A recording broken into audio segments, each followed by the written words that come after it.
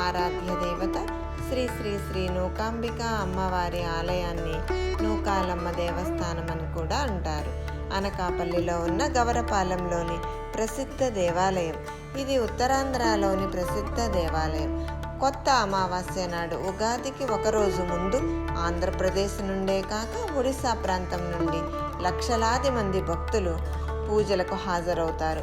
శ్రీ శ్రీ శ్రీ నూకాంబిక అమ్మవారు 9 శక్తి రూపాలలో ఒకటి.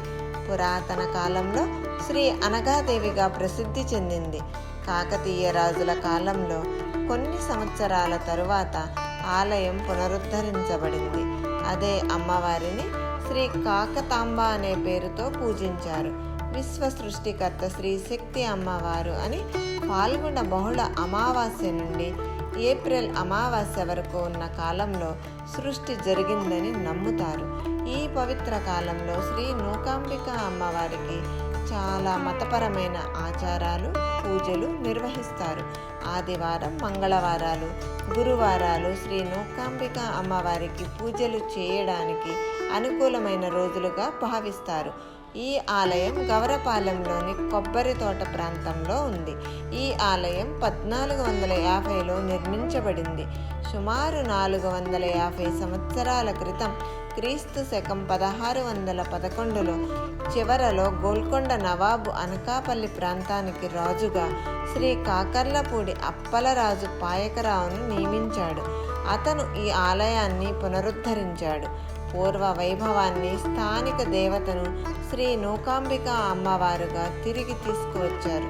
శ్రీ శ్రీ శ్రీ నూకాంబిక అమ్మవారి ఆలయాన్ని 1937లో దేవాదాయ శాఖ స్వాధీనం చేసుకుంది. గోదావరి జిల్లాల నుండి బెర్హంపూర్ జిల్లా వరకు ఆలయాల పునరుద్ధరణ కోసం ఈ దేవాలయం నిధులు అందించబడ్డాయి.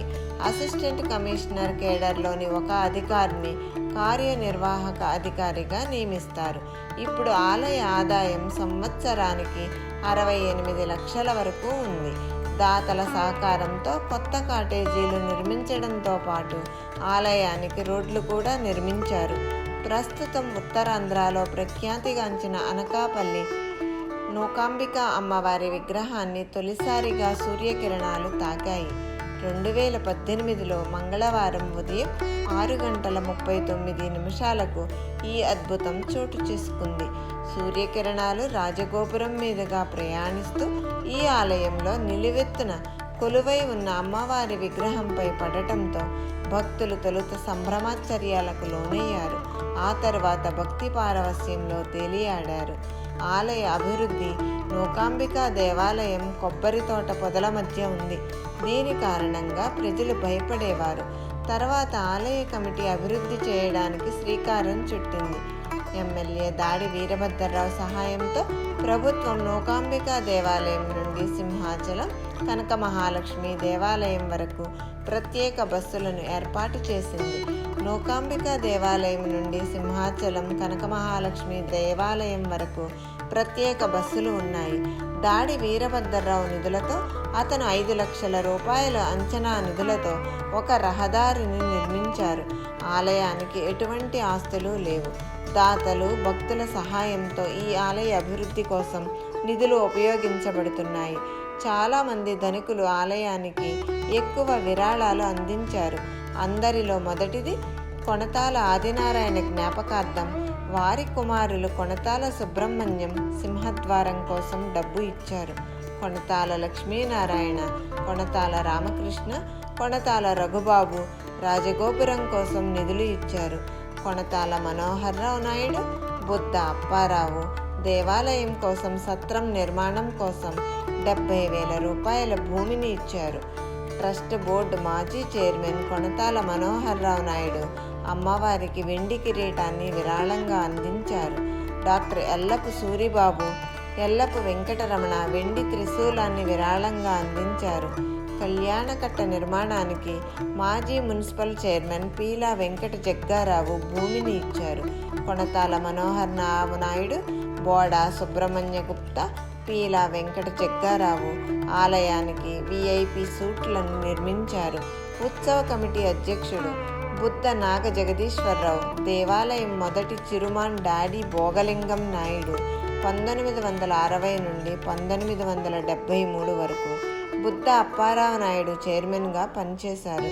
1973 నుండి 1984 వరకు బివిఏఎన్ నాయుడు, 1984 నుంచి 1991 వరకు కొణతాల మనోహరరావు నాయుడు గారు, 1991 నుండి 1995 వరకు పీలా వెంకట జగ్గారావు, ఇప్పుడు బుద్ధ నాగ జగదీశ్వరరావు చైర్మన్గా పనిచేశారు. దేవాలయ ధర్మకర్తలు రుక్మిణీదేవి, కమలాదేవి. వీరు గోడే కుటుంబానికి చెందినవారు. చెముడి ఎస్టేట్కు చెందినవారు. అనకాపల్లి నూకాంబిక ఆలయాన్ని 10 కోట్ల రూపాయల అంచనా వ్యయంతో పునర్నిర్మిస్తున్నారు. ప్రస్తుతం ఉన్న నాయకులు కూడా ఆలయ అభివృద్ధికి కృషి చేస్తున్నారు.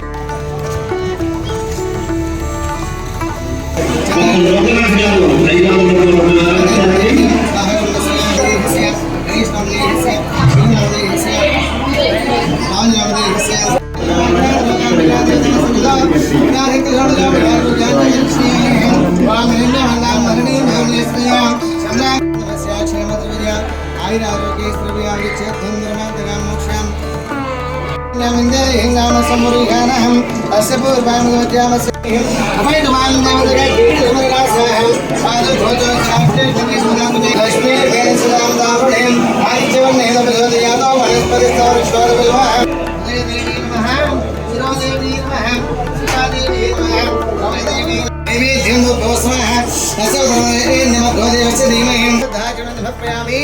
నమస్కారాన్ని సమర్పయామి.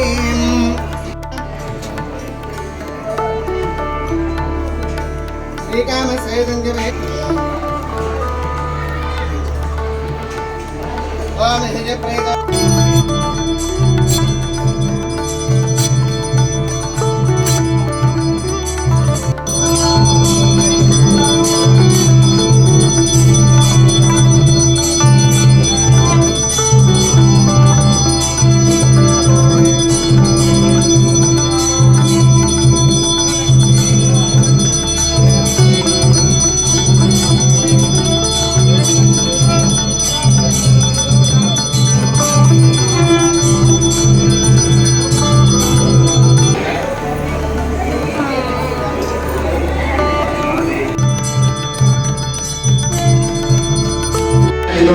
ఆయన ఆశీర్వదించినవి ఇచ్చారు